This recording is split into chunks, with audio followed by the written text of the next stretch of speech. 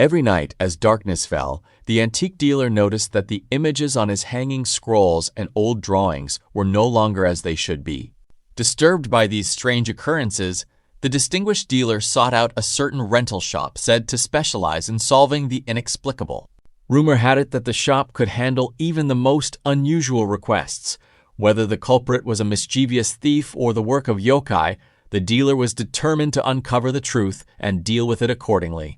In response, the shop's owner lent him several curios to act as proxies and investigate the mysterious disturbances. As it turned out, the culprit was none other than the Tsukumogami from the hanging scrolls and paintings, who had been fighting among themselves over a female Tsukumogami.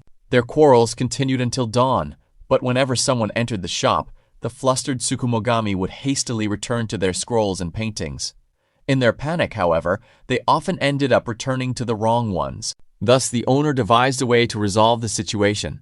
Noticing that the female Tsukumogami would always sit by the window as though searching for something, the owner instructed the dealer to hang the full moon hanging scroll beneath the tree.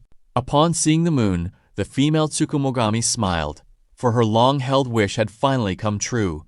Realizing that her heart belonged elsewhere, the male Tsukumogami finally admitted defeat, bringing their rivalry over her to an end. With the mystery unraveled, the case was closed, and the images on the hanging scrolls returned to normal. Izumoya is a rental shop run by a pair of siblings where almost anything can be borrowed, from everyday necessities to priceless antiques and everything in between.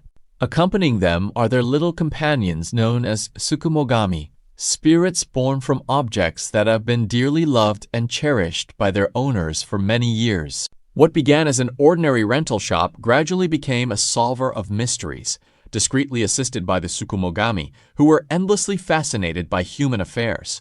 Along the way, they established meaningful connections while solving each mystery, bringing them closer to the whereabouts of the incense burner known as Suo, and the truth behind the disappearance of a gentleman who had promised to marry his beloved.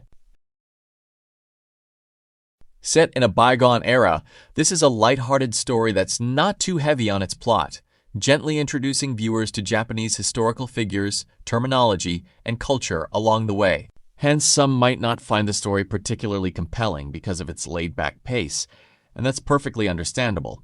Personally, though, I found it to be quite enjoyable.